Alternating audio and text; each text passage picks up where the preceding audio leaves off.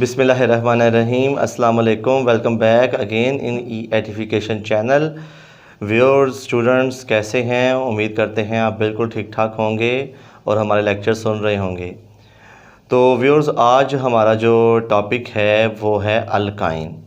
Second year की हम आज केमिस्ट्री स्टडी करेंगे। हमने अल्केन पढ़ा, अल्कीन पढ़ा और आज हम पढ़ेंगे अल्काइन।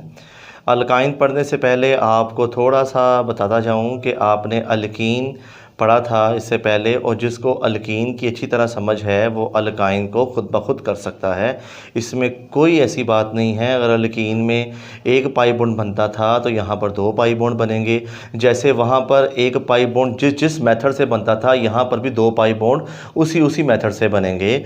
और अगर रिएक्शंस की बात करें इसके, तो वहाँ पर एक मालिक्यूल ऐड होता था तो पाई बॉन्ड टूट जाता था, डबल बॉन्ड सिंगल बॉन्ड में कन्वर्ट हो जाता था। जैसे प्रोपीन प्रोपेन में कन्वर्ट होता था, ब्यूटीन ब्यूटेन में कन्वर्ट होता था, इथीन इथेन में कन्वर्ट होता था। बिल्कुल उसी तरह ही यहाँ पर ट्रिपल बॉन्ड सिंगल बॉन्ड में कन्वर्ट होगा और दो मालिक्यूल ऐड होंगे। एक मालिक्यूल ऐड होता है तो एक पाई बॉन्ड टूटता है, या एक पाई बॉन्ड तोड़ने के लिए एक चाहिए मालिक्यूल, और दो पाई बॉन्ड को तोड़ने के लिए दो मालिक्यूल चाहिए। ठीक है, और बिल्कुल कोई इसमें मुश्किल बात नहीं है। अगर अल्कीन पता है तो अल्काइन खुद ब खुद आ जाएगा। जैसे हमने नोमेनक्लेचर की बात की थी, जैसे अल्कीन की थी वैसे अल्काइन की थी।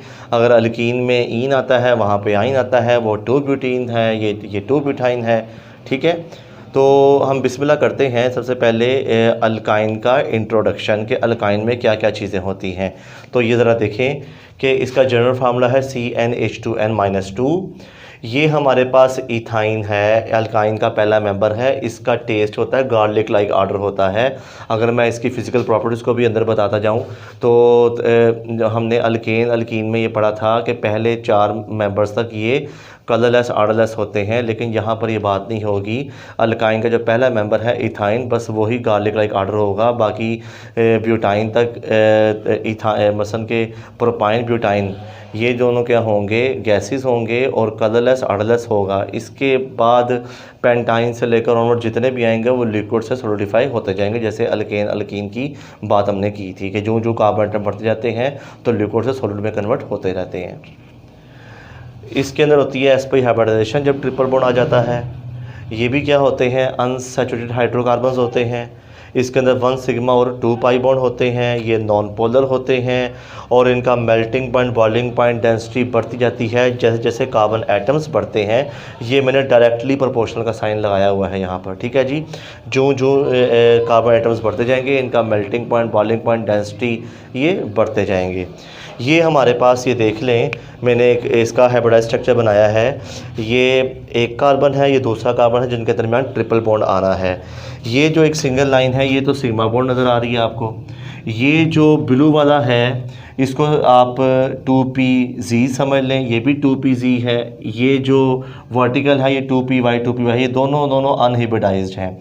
तो अपर लूप के साथ लोअर लूप के साथ एक पाई बॉन्ड बन गया। फिर अपर लूप के साथ लोअर लूप के साथ ये दूसरा पाई बॉन्ड बन गया। ठीक है जी, तो इस तरह कार्बन के दरमियान एक सिग्मा और ये 2 पाई बॉन्ड होते हैं। अब यहाँ हमारे पास आगे चलते हैं प्रेपरेशंस ऑफ अल्काइन। हमने उधर भी पढ़ा था अल्कीन में डिहाइड्रोहैलोजिनेशन ऑफ हेलाइड्स था, अल्काइल हेलाइड्स। यहाँ पर क्या है जी, विसिनल डाइहेलाइड्स। वहाँ भी हुई थी डिहाइड्रोहैलोजिनेशन, यहाँ भी डिहाइड्रोहैलोजिनेशन होगी, लेकिन वहाँ पे हुई थी मोनोहेलाइड की, यहाँ पर क्या होगी, डाइहेलाइड की। वो भी क्या होंगे, विसिनल होंगे। ये आप देख लें, मैंने लिखा हुआ है डाइब्रोमो इथेन, 1,2 डाइब्रोमो इथेन है ये। तो बुक में KOH 2 दफ़ा लिखा हुआ है, 2 KOH। मैंने यहाँ पर KOH प्लस KOH लिया हुआ है क्योंकि ज़ाहिर है ये KOH अल्कोहलिक KOH ये डिहाइड्रोहैलोजिनेटिंग एजेंट है ना, आप जानते हैं। इसी तरह बेटा हम यहाँ भी यही यूज़ करेंगे जो अपने अल्कीन में यूज़ किया था। ये आप देख लें कि ये पोटेशियम और ये बोरोमीन और ये OH, और जिस कार्बन से बोरोमीन के उसके साथ वाले कार्बन से H जाएगा। ठीक है जी, KBrH2O, यानी कि ये हमारे पास KBr और वाटर बन गया। ठीक है जी। और एक पाई बॉन्ड आ गया, ठीक है, दोनों कार्बन पे क्या आ गई, एक बॉन्ड की डेफिशिएंसी, तो एक पाई बॉन्ड यहाँ पर लगा आ जाएगा। फिर दूसरा KOH आया, ये K, ये Br, ये OH, ये H, यहाँ भी KBr और H2O, और यहाँ पर आप ये 2KBr और 2H2 निकल जाएगा और एक और पाई बॉन्ड आ जाएगा, ठीक है। इट मीन्स कि दोनों कार्बन के पास दो दो बॉन्ड्स की डेफिशिएंसी आ गई। तो आप देख लें, ये H, ये कार्बन, ये C और ये H, जब ये दोनों मूव हुए थे तो एक पाई बॉन्ड आ गया, ठीक है। जब ये दोनों मूव हुए तो दूसरा पाई बॉन्ड आ गया। क्लियर। तो ये हमने बना ली डाईब्रोमोइथेन से इथाइन। जितने कार्बन वाला इथेन था उतने कार्बन वाली क्या बन गई है, इथाइन। अगर मेरे पास यहाँ पर ब्यूटेन होता, ठीक है ना, 2,3 डाईब्रोमोइथेन बोलते हैं, ब्यूटेन 2,3 डाईब्रोमो ब्यूटेन बोलते हैं। तो यहाँ पर क्या बनेगा हमारे पास, 2 ब्यूटाइन। क्या बनेगा, 2 ब्यूटाइन। मसलन के आपने जिन दो कार्बन्स के दरमियान ट्रिपल बॉन्ड बनाना है, आपको उसी दो कार्बन पर ब्रोमीन लगाने पड़ेंगे, हैलोजन लगाने पड़ेंगे। अगर फ़र्ज़ करें कि अगर मैंने 1 ब्यूटाइन बनाना है तो आपको विसिनल डाइब्रोमाइड ये वाला चूज़ करना पड़ेगा। एक ब्रोमीन पहली कार्बन पे, दूसरी कार्बन पे लगी होगी। क्लियर। यानी कि ये आपके अपने इख्तियार में है कि वो आपसे क्या पूछता है कि कौन सी मुझे अल्काइन बनाकर दिखाएं, ब्यूटाइन, पेंटाइन, जिस पोजीशन पे ट्रिपल बॉन्ड वो पूछता है आपसे, उन्हीं पोजीशन के दरमियान दो कार्बन के दरमियान आपने क्या लगा देना है विसिनल डाई हैलाइड बना देना है। क्लियर। उम्मीद करता हूँ ये समझ आ गया होगा आपको। अब यहाँ पर देखें, ये है डी हैलोजिनेशन ऑफ टेट्राहेलाइड्स।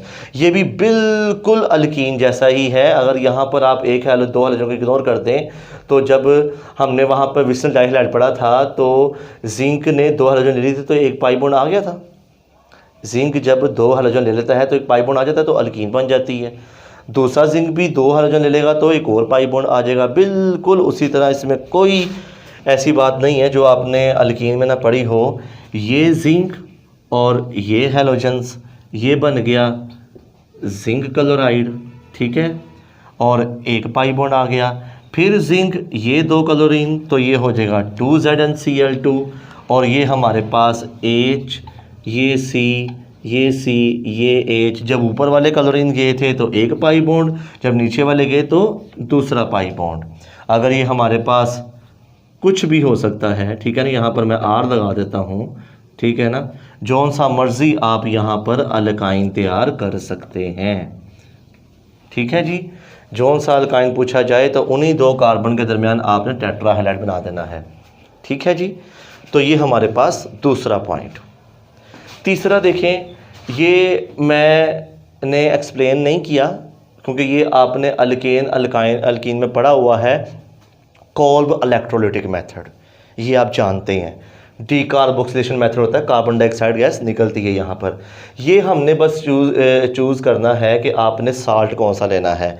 जब यहाँ पर सोडियम नहीं था तो ये मैलिक एसिड था। ज़रा देखिए ध्यान से, ये हमारे पास क्या है, मैलिक एसिड, इसका स्पेशल नेम होता है मैलिक एसिड, ठीक है।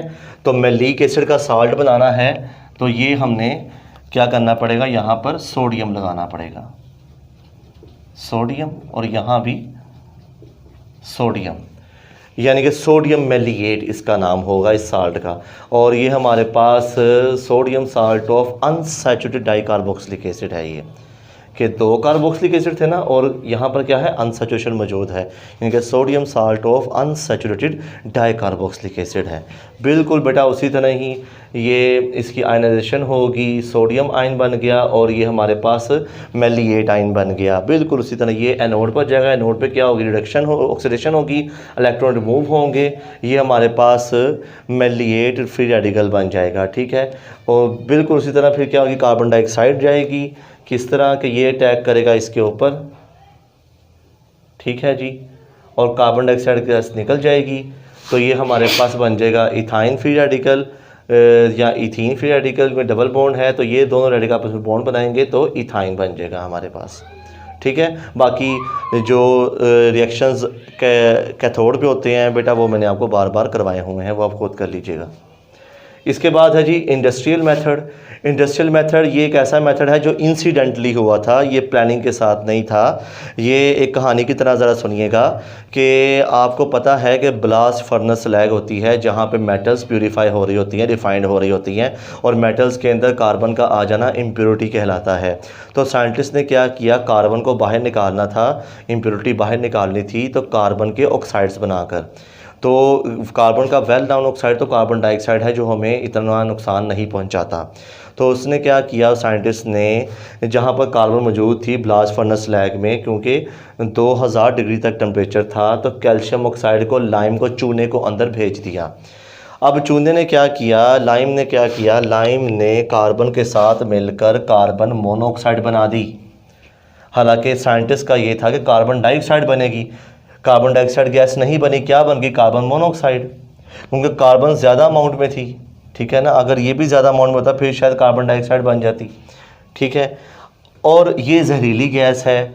साइंटिस्ट ने क्या किया, उससे तो सारा काम ख़राब हो गया, उसका एक्सपेरिमेंट ख़राब हो गया। अब साइंटिस्ट से कोई भी चीज़ ख़राब हो जाती है, हमसे कोई चीज़ ख़राब हो जाए हम उसको पानी में बहा देते हैं, धो देते हैं। उसने भी क्या किया, बिल्कुल कैल्शियम कार्बाइड तो नीचे बैठ गया, ये तो उड़ गई गैस। उसने कहा अगर मैं ये कैल्शियम ऑक्साइड भेजता हूँ तो ये तो जहरीली गैस है, ये तो सफोकेशन क्रिएट करेगी। तो उसने जितना भी मवाद था वो सारा पानी में फेंक दिया। जब पानी में फेंका तो उसमें से उसको गार्लिक, लहसुन की स्मेल महसूस हुई। तो साइंटिस्ट ने कहा कि मैंने ऐसा किया क्या है कि मुझे पानी के अंदर लहसुन की स्मेल आई है। उसने भी पेपर वर्क किया, उसने कैल्शियम कार्बाइड बनाया, वाटर जो लिया था जिसमें फेंका था, उसने देखा, उसने कहा कैल्शियम तो 2 बॉन्ड बनाएगा, तो उसने जाना है स्लाइड नेगेटिव की तरफ, तो वाटर को 2 मोल ले लो, तो कैल्शियम हाइड्रोक्साइड बन गया। कैल्शियम हाइड्रोक्साइड एक चीज़ बन गई। कहता है इसकी तो स्मेल नहीं होती गार्लिक लाइक। अब कार्बन के ये 2 बॉन्ड फ्री हो गए, यहाँ पर 2 हाइड्रोजन आ गए, तो एक बन गई इथाइन। तो इट मीन्स कि जो इथाइन बनी थी उसका टेस्ट था गार्लिक लाइक ऑर्डर। तो ये इंसिडेंटली बनी है, ये कोई हमारे पास प्लानिंग के साथ नहीं बनी थी, क्योंकि उसने अपना मवाद सारा पानी में फेंक दिया था। उसको पानी से स्मेल महसूस हुई गार्लिक की, तो उसने कहा कि ये इथाइन है। ये तो हमारे पास आगे इसके प्रेपरेटिव मेथड्स। ठीक है, इसके बाद मैंने इसकी फ़िज़िकल प्रॉपर्टीज़ बता दी हैं आपको। एक बस रिएक्टिविटी रह गई है। रिएक्टिविटी आप देख लें, जिस तरह अल्कीन की है उस तरह अल्काइन की है, लेकिन अल्कीन ज़्यादा रिएक्टिव है एज़ कम्पेयर टू अल्काइन। क्यों? क्योंकि अल्काइन की इलेक्ट्रॉन डेंसिटी ज़्यादा है। ये देख लें कि 2-2 पाई बॉन्ड बने हुए हैं, और इलेक्ट्रोफाइल जो आएगा, इलेक्ट्रोफाइल को जगह नहीं मिलनी कि वो कहाँ पर अटैक हो सके, तो इसलिए ये अल्कीन से थोड़े से ज़रा लेस रिएक्टिव होते हैं, लेकिन ये अल्केन से ज़्यादा रिएक्टिव होते हैं। अल्केन से ज़्यादा रिएक्टिव होते हैं और अल्कीन से कम रिएक्टिव होते हैं। या आपके बुक का जो एंड वाला पैराग्राफ है वो इसी रिएक्टिविटी के बारे में लिखा हुआ है। तो अब मैंने रिएक्टिविटी तो सबकी समझा दी है, और वो पैराग्राफ आपने ज़रूर करना है जो बुक के एंड पे दिया हुआ है, अल्केन, अल्कीन और अल्काइन की रिएक्टिविटी का। रिएक्टिविटी ऑर्डर देखना हो तो पहले अल्कीन, बाद में अल्काइन और एंड पर अल्केन, क्योंकि अल्केन तो होते ही पैराफिन्स है, लेस रिएक्टिव होते हैं। तो नेक्स्ट लेक्चर में इंशाल्लाह हम शुरू करेंगे इसके रिएक्शंस। ठीक है, और रिएक्शंस भी इसके बिल्कुल सेम वैसे ही हैं जैसे अल्कीन के थे, ये मैं नेक्स्ट टाइम बताऊंगा आपको। और आज का टॉपिक हमारा देखिएगा ज़रूर, इसको याद कीजिएगा और ये मेथड खुद करने की कोशिश कीजिएगा। बाकी सारे इजी हैं, और तब तक के लिए मुझे इजाज़त दीजिए। अल्लाह हाफ़िज़।